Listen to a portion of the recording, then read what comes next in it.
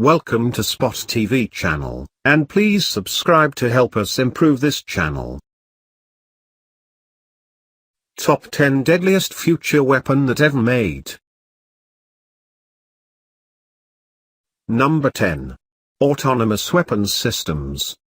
Autonomous Weapons Systems, AWS, are defined by the U.S. Department of Defense as weapon systems that, once activated, can select and engage targets without further intervention by a human operator.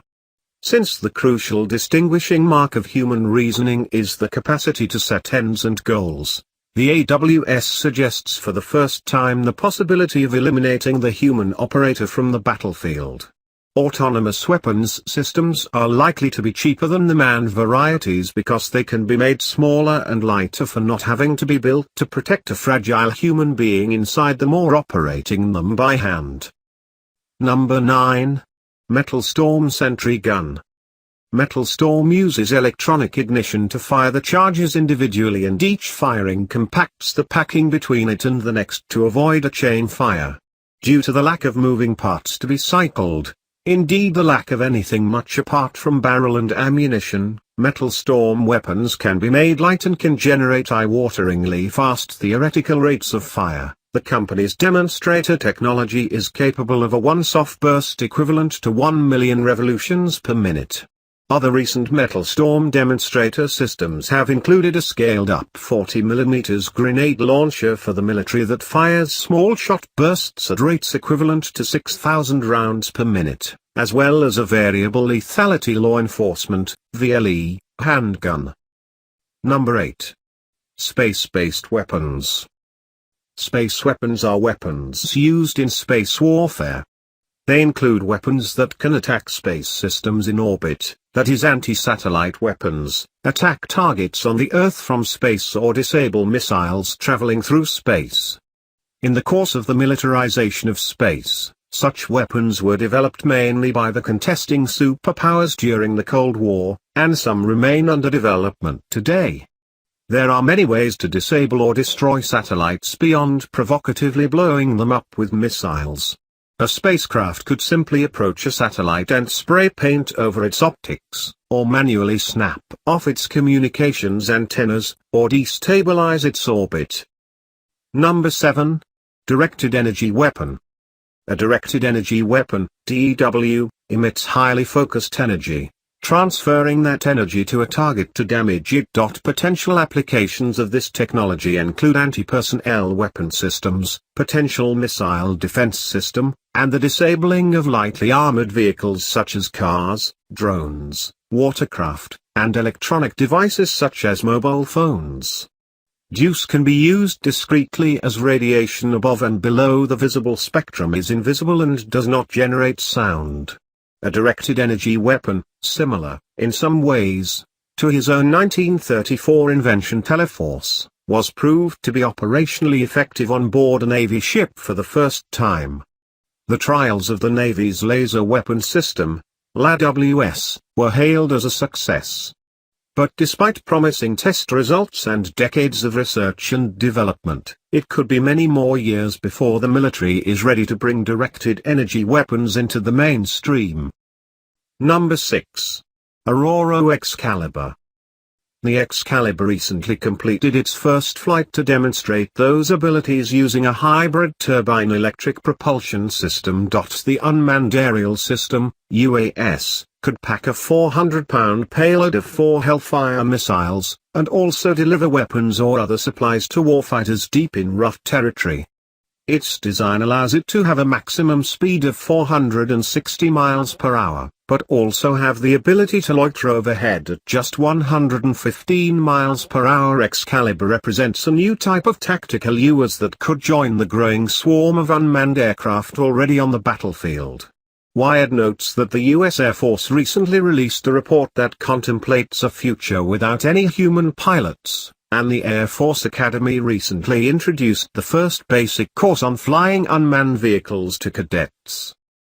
Number 5. EMP bombs. The electromagnetic pulse contains enough energy to destroy anything and everything electronic. But even if your cell phone, radio or computer was still somehow working, There would be no electrical power in the grid for a long time. All of the transformers would have to be replaced and new wiring installed. And, of course, the generators themselves would need to be rebuilt. Our cars, trucks and entire infrastructure would be gone in an instant. The first step to mitigating a natural or man-made EMP is discussing the threat, such as will be done at EMP-SIG's event next week. Aside from discussions, action to mitigate the effects of an EMP needs to be taken. Developing an EMP threat assessment and implementation plans in the event an EMP ever occurs could yield positive results. As discussed by James Carafano and Richard Weitz, having a resilient electrical grid, catastrophic planning, and global communication redundancy could all mitigate the effects of an EMP. Number 4. Metaflex Future Camouflage. This weapon is called Metaflex Future Camouflage. Scottish scientists have developed camouflage weapon system by creating a material called Metaflex. This material looks like Harry Potter's cloak, which is invisible. Users will be invisible because Metaflex material to bend light when it reached the surface. This weapon system have been tested this year and could potentially be used as a weapon of defense.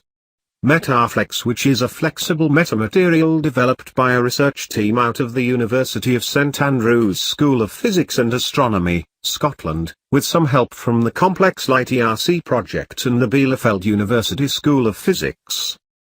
Number 3. XM-25 Grenade Launcher. The XM-25 CDT is an airburst grenade launcher derived from the XM-29 OIQ. It fires 25mm grenades that are set to explode in mid-air at or near the target. A laser rangefinder in the weapon is used to determine the distance to the target. The user can manually adjust the detonating distance by up to 10 feet shorter or longer. The XM-25 automatically transmits the detonating distance to the grenade in the firing chamber. The grenade tracks the distance it has traveled by the number of spiral rotations after it is fired, then detonates at the proper distance to produce an airburst effect. These features make the XM-25 more effective than traditional grenade launchers at the task of hitting targets that are behind cover or dug into the ground. One of the weapon's developers, Richard Audette, believes that the XM-25 is a big leap forward because it is the first small arms weapon to use smart technology. Number 2. Mobile Tactical High Energy Laser. The Tactical High Energy Laser, or THL, is a laser developed for military use. On November 4, 2002, THL shot down an incoming artillery shell. The prototype weapon was roughly the size of 6 city buses, made up of modules that held a command center, radar and a telescope for tracking targets, the chemical laser itself, fuel and reagent tanks, and rotating mirror to reflect its beam toward speeding targets. The Tactical High Energy Laser, THEL, demonstrator was designed, developed and produced by a Northrop Grumman-led team of U.S. and Israeli contractors for the U.S. Space and Missile Defense Command, Huntsville, Alabama, and the Israeli Ministry of Defense. THL is a complete, fixed-site weapon system that includes a high-energy laser beam generator, based on deuterium fluoride chemical laser, DFCL, technologies, an acquisition, pointing, and tracking system, and a battle management system, including an organic fire control radar. Number 1. Hybrid Insect. The Hybrid Insect Microelectromechanical Systems, HIMEMS, program, also known as the SIBUG program, is a proposal from the Defense Advanced Research Projects Agency, DARPA, to encourage the development of cyborg insects that can be controlled by humans. These insects, called SIBUGs, could be used for advanced reconnaissance.